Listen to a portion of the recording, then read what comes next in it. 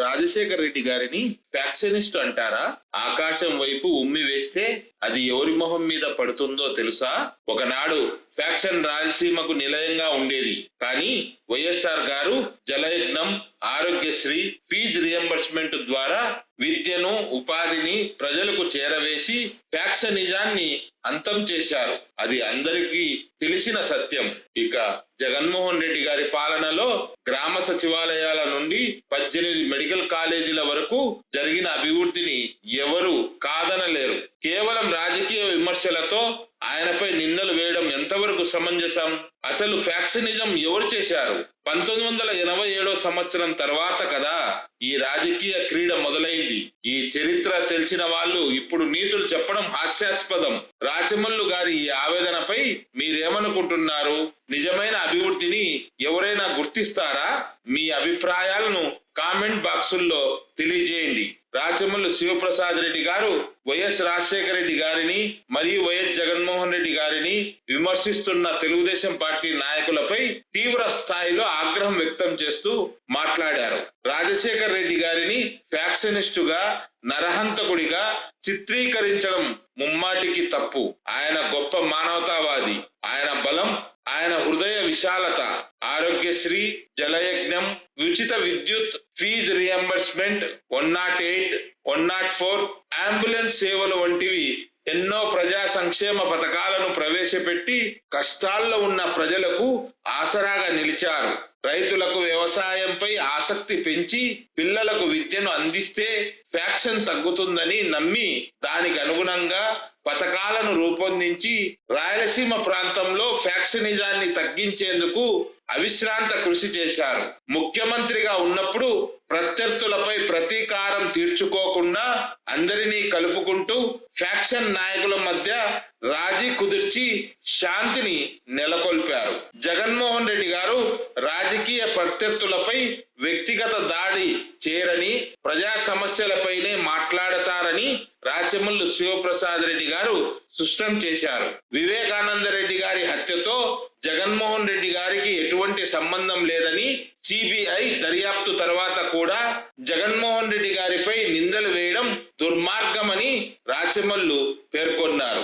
జగన్మోహన్ రెడ్డి గారి పాలనలో అమ్మఒడి, నాడు నేడు, సచివాలయ వ్యవస్థ, వాలంటీర్ వ్యవస్థ, రైతు భరోసా కేంద్రాలు, కొత్త మెడికల్ కాలేజీల ఏర్పాటు వంటి విప్లవాత్మక మార్పులు తీసుకొచ్చారని రాచమల్లు శివప్రసాద్ రెడ్డి గారు వివరించారు.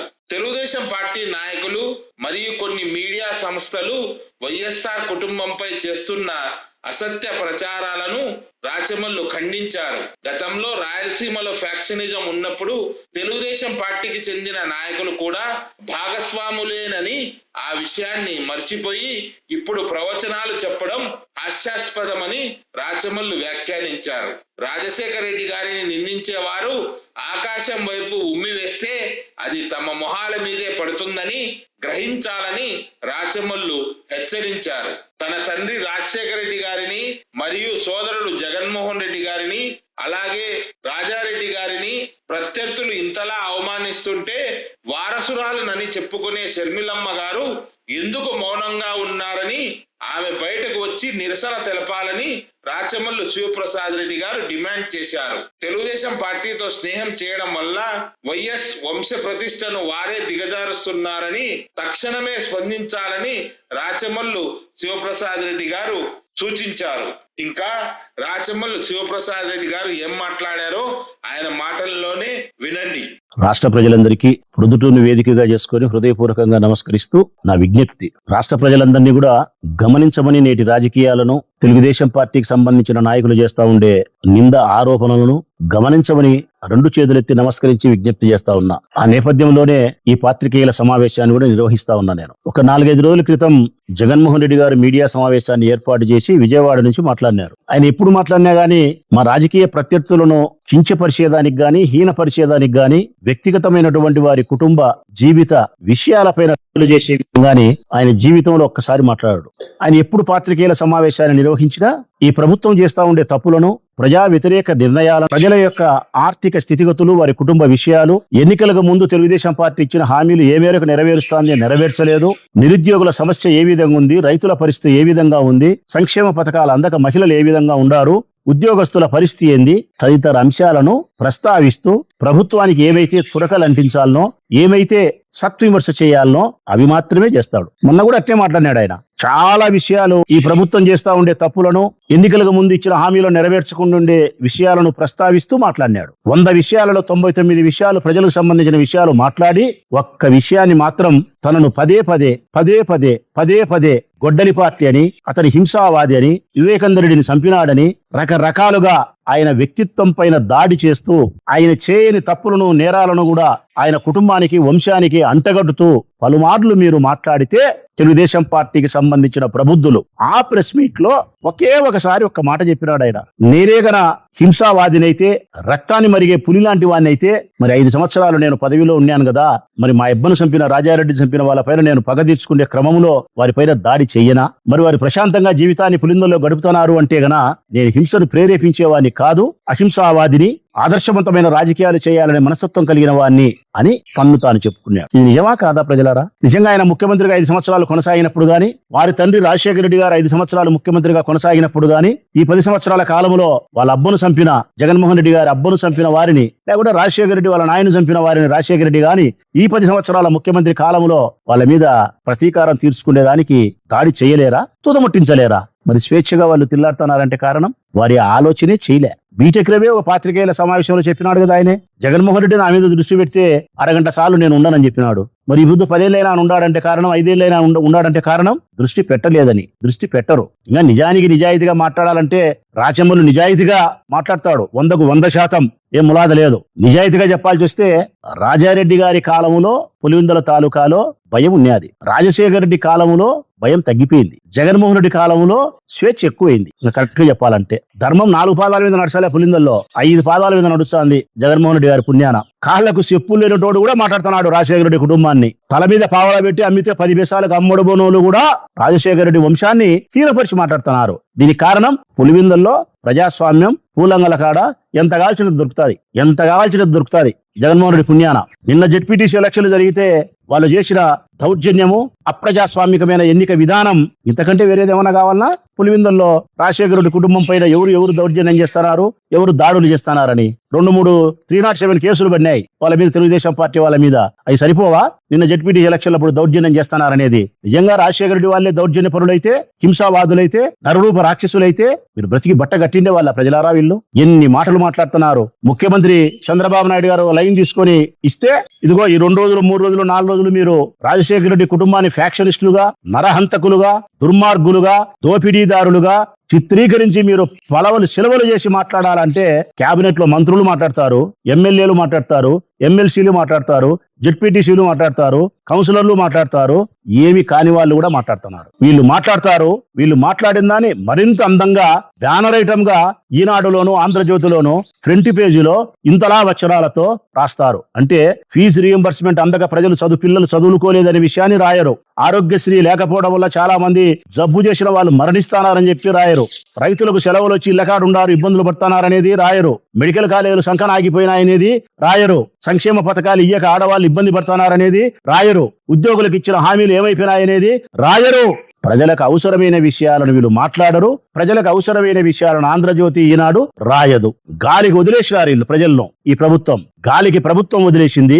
వీళ్ళు మాట్లాడేటోళ్ళంతా గాలి మాటలు మాట్లాడతా వీళ్ళు ఇష్టానుసారం మాట్లాడుతున్నారు. ఇప్పుడు ఆయన మాట్లాడతాడు రాయచోటు నుంచి ఇంతలా వచ్చడాలు. మన ఆయన మాట్లాడతాడు కేశవులు, పయ్యావులు ఆర్థిక మంత్రి. అంతకుముందు ఇంకొక ఆయన మాట్లాడతాడు. నేను అడుగుతా ఉన్నా, నేను వీళ్ళందరినీ కూడా, మీరు 4 గురించి మాట్లాడినారు వీళ్ళు ప్రజలారా. జగన్మోహన్ రెడ్డి గురించి మాట్లాడినారు, జగన్మోహన్ రెడ్డి తండ్రి రాజశేఖర రెడ్డి గారి గురించి మాట్లాడినారు, వారి తండ్రి రాజారెడ్డి గురించి మాట్లాడినారు, రాజారెడ్డి తండ్రి వెంకటరెడ్డి గురించి కూడా మాట్లాడినారు, బ్రిటిష్ కాలం నాటిది. నేను అడుగుతా ఉన్నా, ఆనాడు బ్రిటిష్ కాలంలో వెంకటరెడ్డి గారు, రాజారెడ్డి వాళ్ళ ఆయన బతికినప్పటి నుంచి జగన్మోహన్ రెడ్డి ఉన్నంత వరకు ఏమేమైతే మీరు చెప్పినారో దోపిడీలు, హత్యలు, నేరాలు ఎన్ని ఎట్టంటే మీరు పక్క నుండి చూస్తున్నారా? ఎన్ని మీరు పక్కన కుర్జీ వేసుకొని చూస్తున్నారా? లేకుంటే వాళ్ళు చంపేటప్పుడు మీరు క్లాప్స్ కొడతా ఎంకరేజ్ కానీ అని ఎంకరేజ్ చేస్తున్నారా? ఎట్లా మీరంతా మీరు పక్క నుండి చూసినట్టు అసలు మీరేందో అసలు మీరేంతా ఉన్నట్టు ఎట్లయ్యా మీరు మాట్లాడే మాటలు? టీ బంకుల కాడ, కాకా హోటళ్ల కాడ, పూలంగల కాడ గాలి మాటలు, గాలి నా కొడుకులు మాట్లాడుకునే మాటలన్నీ మాట్లాడి తీసుకొచ్చి రాజశేఖరుడి కుటుంబానికి రక్తపు మరకలు అంటించి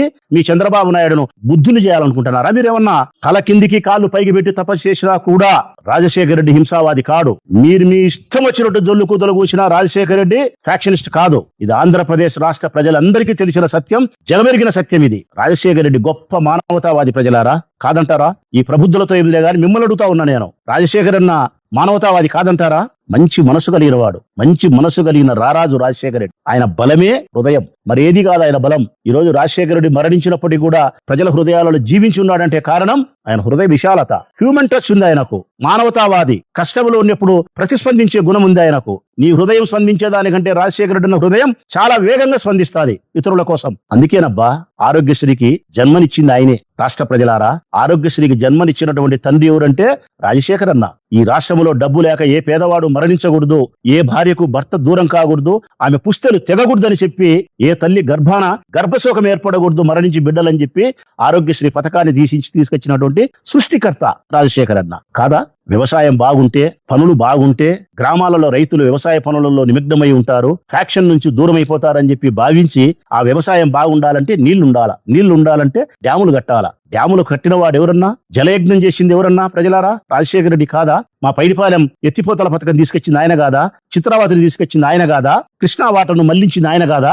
కేవలం పల్లెలలో రైతులకు పనులుండి వ్యవసాయం బాగుంటే ఫ్యాక్షన్ ను మర్చిపోతారు అనే ఉద్దేశంతో వ్యవసాయాన్ని ప్రోత్సహించింది రాజశేఖర రెడ్డి అన్న. ఉచిత విద్యుత్ తీసుకొచ్చింది రాజశేఖర రెడ్డి అన్న. పిల్లలను బాగా చదివించుకుంటే ఫ్యాక్షన్ 20 ఏళ్ల కల్లా అనగారిపోతాది, మెల్లిమెల్లిగా ఉద్యోగస్తులు అవుతారని చెప్పి ఫీజు రియంబర్స్మెంట్ పథకానికి సృష్టికర్త.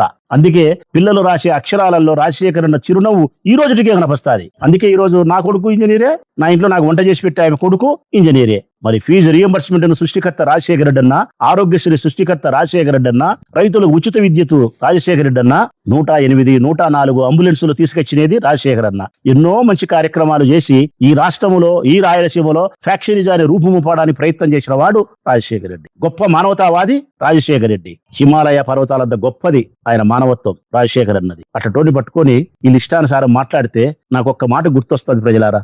రాజశేఖర రెడ్డి అన్నను ఎవరైతే రాక్షసుడు అంటారో అట్ట అనగలిగిన మనుషుల యొక్క గురించి ఒకే ఒక మాట చెప్పగలుగుతా. మీరు తల పైకెత్తి మీ నోట్లో ఉమ్మి తీసి ఆకాశం మీద మూస్తే అది ఎక్కడ పడుతుంది ప్రజలారా? మన ముఖం మీద పడుతుంది. రాజశేఖర రెడ్డిను రాక్షసుడు, ఫ్యాక్షనిస్టు, హంతకుడు అని మాట్లాడే వాళ్ళ పరిస్థితి కూడా ఆకాశాన ఉమ్మి వేసినట్టే ఉంటుందని మాత్రం మీకు చెప్పగలుగుతా నేను. జగన్మోహన్ రెడ్డి గారి గురించి మాట్లాడినారు. ఎక్కడ సంబంధం అబ్బా జగన్మోహన్ రెడ్డి గారికి హత్యలతో? వివేకానంద రెడ్డి సొంతం వాళ్ళ చిన్నాయన. వాళ్ళ చిన్నాయన వాళ్ళు చంపుకోవాల్సిన అవసరం ఉందే? వాళ్ళ చిన్నాయన చంపింది పలానోడు నేను గొడ్డలతో చంపినానని చెప్పి దస్తగిరి అనేవాడు చెప్తున్నాడు. ఆ దస్తగిరి అనే చంపిన వాడిని వెనకేసుకొని వివేకానంద రెడ్డి బిడ్డ సునీతమ్మ తిరుగుతాంది.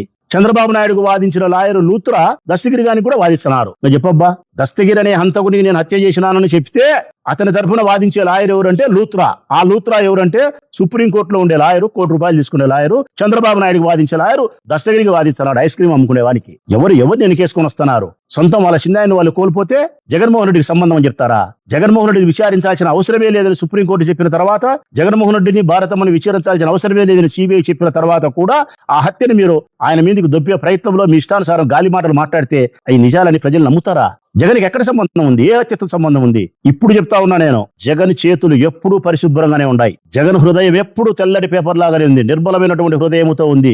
ఈ రాష్ట్రానికి ఏదో చేయాలని తపన ఉంది ఆయనకు, ఎంతో చేయాలని తపన ఉంది. ఈ రాష్ట్రంలో మార్పు తీసుకురావాలనే సంకల్పం ఆయనలో ఉంది. అందుకే సంస్కరణలకు శ్రీకారం చుట్టినాడు. మీ 40 ఏళ్ల ఇండస్ట్రీ కలిగిన చంద్రబాబు నాయుడు, అంతకంటే ముందుండే చాలా మంది పదుల సంఖ్యలో ఉండే ముఖ్యమంత్రులు సాధించలేని ఘనమైన విజయాలను ఈ రాష్ట్రానికి అందించినటువంటి గొప్ప నాయకుడు జగన్మోహన్ రెడ్డి.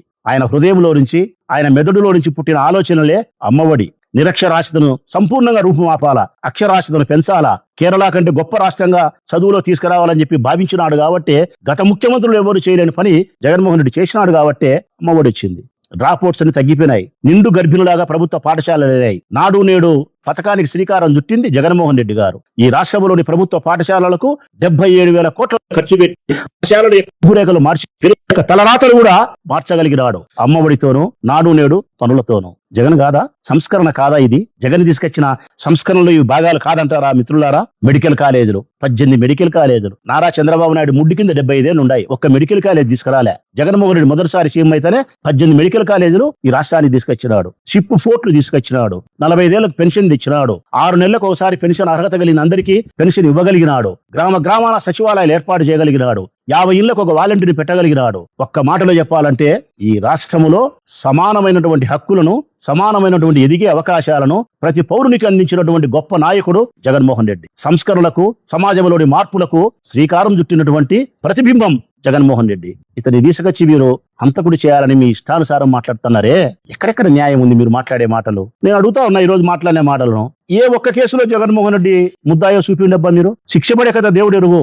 ఏ 302లో ఆయన ముద్దాయో, ఏ 307లో ఆయన ముద్దాయో చూపియండి. ఆయన మీద హత్య నేరానికి సంబంధించిన ఆరోపణను ఎదుర్కోలే. మేము ఆయనకు దగ్గరగా ఉండేవాళ్ళం, ఆయన హృదయానికి చాలా దగ్గరగా ఉండేవాళ్ళం. నేను కూడా, నాకు ఆయన అంతరంగం అంతా తెలుసు. ఆయన ఇప్పుడు కాదు, ఆయన శ్వాస ఆగిపోయేంత వరకు ఆయన జీవితంలో ఎప్పుడే గాని హింసను ప్రేరేపించాడు. ఇది రాసి పెట్టుకోండి ప్రజలారా. ఇంకా మీకు సత్యం చెప్తానా, రాయలసీమలో పుట్టినాడు, కడపలో పుట్టినాడు. ఆయన నోటి వెంట బూతు మాట రాదు ఆయనకు. అసలు బూతు పదాలకు అర్థాలు కూడా తెలియవు ఆయనకు. అసలు ఆయనకు నేను చెప్తాను, కడప జిల్లాలో పుట్టాడు, ఆ పదాలకు కూడా అర్థాలు తెలియవు ఆయనకు. చంద్రబాబు నాయుడును, లోకేష్ను కూడా ఎప్పుడే గాని వాడు అని కూడా సంబోధించాడు. ఆయన అంటాడు సంస్కారవంతుణ్ణి, మర్యాదవస్తుని, ప్రజలకు మేలు చేయాలని సంకల్పం ఉండే జగన్మోహన్ రెడ్డి గారిని పట్టుకొని తీసుకొచ్చి మీ ఇష్టానుసారం ఏమేమో చేయాలని సార్. ఇక రాజారెడ్డిని మాట్లాడినారు. నేను అడుగుతా ఉన్నా, ఈ రాష్ట్రంలోని ప్రజలను అడుగుతానా, ఆ మాటని తెలుగుదేశం పార్టీ నాయకులను అడుగుతానా? రాజారెడ్డి గారి కాలము ఒక 40, 50, 60 సంవత్సరాలు వెనక్కి పోదాం. 1980 సంవత్సరం నాటికి ఈ రాయలసీమ, కడప, కర్నూలు, అనంతపురం జిల్లాలలో, ఈ 3 జిల్లాల్లో ముఖ్యంగా రాయలసీమలో ఆనాటికి 1980కి రాజారెడ్డి కాలం నాటి నేను అడుగుతా ఉన్నా, ఎవరినైనా సరే రక్తపు మరక చేతికి అంటకుండా ప్రత్యక్షంగానో పరోక్షంగానో అసెంబ్లీ గేటు ఈ చేత్తో పట్టుకున్నటోడు ఒక ఎమ్మెల్యేని చూపిస్తావా నాకు? 1980 సంవత్సరం నాటి రాజకీయాలలో ఆనాటి ఎమ్మెల్యేలు, నాయకులకు రక్తపు మరక ప్రత్యక్షంగానో పరోక్షంగానో అంటుకోకుండా వాళ్ళ అసెంబ్లీ గేటు తగిలినారేమో నాకు చెప్పమను. మీ తెలుగుదేశం పార్టీ నాయకుల గురించి మాట్లాడలే. ఆనాటి కాంగ్రెస్ పార్టీ వాళ్ళు మా వాళ్ళే, రాజశేఖర రెడ్డి అన్న మనుషులే. అటువైపు గాని ఇటువైపు గాని ఫ్యాక్షన్ లీడర్లు కాదా? ఇంటికి కాదు మనిషికి ముందుండే పేరు ఉంటుంది కదా, రాచమల్లు. అట్లా ప్రతి లీడర్ యొక్క పేరుకు ముందుండే ప్రతి ఇంటి పేరుకు ఒక చరిత్ర ఉంది. ఆ చరిత్ర రక్తంతో తడిసిపోయింది ఆనాడు. కారణం, వారసత్వంగా తండ్రులు ఇచ్చినారు. వాళ్ళ నాయన చంపడమో, ఇంకొకరిని చంపడమో, విధులేని పరిస్థితుల్లో కొడుకు దాన్ని వారసత్వంగా తీసుకోవడమో, పగలతోనో, ప్రతీకారాలతోనో, నమ్మిన మనుషుల కోసమో, ఆధిపత్యం కోసమో, రకరకాల కారణాలతో ఆనాడు ఈ 3 జిల్లాలలో కూడా రక్తం పారింది. ఇందులో నేను లేను, నువ్వు లేవు మిత్రులారా. తెలుగుదేశం లేదు, కాంగ్రెస్ లేదు. అందరము భాగస్థులమే, అందరము బాధితులమే, అందరము ఈ పాపానికి సమాధానం చెప్పాల్సిన వాళ్ళమే. మరి అట్టేటప్పుడు రాజారెడ్డి ఒక్కడే సమాధానం చెప్పాలన్నా ఈ పాపానికి? రాజారెడ్డికి ఒక్కడే ఫ్యాక్షనిస్టా? ఆనాడు గుల్లకుడి శివాడి కాదా? గుల్లకుడి శివాడి మావాడి, ఆనాడు తెలుగుదేశం ఫ్యాక్షనిస్ట్ కాదా? దేవగుడి సోదరులు ఫ్యాక్షనిస్ట్ కాదా? వరదరాజరెడ్డి ఫ్యాక్షనిస్ట్ కాదా? ఎంవి రమణారెడ్డి మావాడు ఫ్యాక్షనిస్ట్ కాదా? పరిటాల శ్రీరామ్ ఇప్పుడు ఫ్యాక్షనిస్ట్ కాదా? పరిటాల రవి ఫ్యాక్షనిస్ట్ కాదా? వరదాపురం సూరి ఫ్యాక్షనిస్ట్ కాదా? మీ చమన్ అనంతపురం జిల్లా, మీ పోతుల సురేష్ ఫ్యాక్షనిస్ట్ కాదా? మా కాటసాని రాంభూపాలరెడ్డి అన్న ఫ్యాక్షనిస్ట్ కాదా? పార్థసారథి రెడ్డి బెజ్జం ఫ్యాక్షనిస్ట్ కాదా? ఎవరు చూపిండబ్బా నాకు ఆనాడు ఫ్యాక్షనిస్ట్ గారి లీడర్లను? మీ ఆగిత్య మాటలు, మీ ఇకారం మాటలు. అసలు మీరు చెప్పే మాటలు ఏంటి ఎట్లుందంటే ప్రజలారా, వీళ్ళు మాట్లాడే మాటలు రాజశేఖర రెడ్డిను, రాజారెడ్డిని, జగన్మోహన్ రెడ్డిని ఫ్యాక్షనిస్టులు, నరహంతకులు, ఇట్లా అట్లా ఎట్లున్నాయి తెలుసునా? వీళ్ళు చెప్పేవాళ్ళు చాగంటే అయినట్టు, ఎవరు చాగంటే అయినట్టు, లేకుంటే గరికపాటి అయినట్టు, లేకుంటే శరణం గచ్చామి బౌద్ధం అయినట్టు, మదర్ తెరీసా అక్కగారికి తమ్ముళ్ళైనట్టు మీ ఈ కారం కూతలు మీరు మాట్లాడేటి. మా పల్లెల్లో సామెత ఉంది, ఎప్పుడు నేను బూతు సామెత కాబట్టి చెప్పకూడదు అనుకుంటానే, బాగుండదు, బాధపడతారని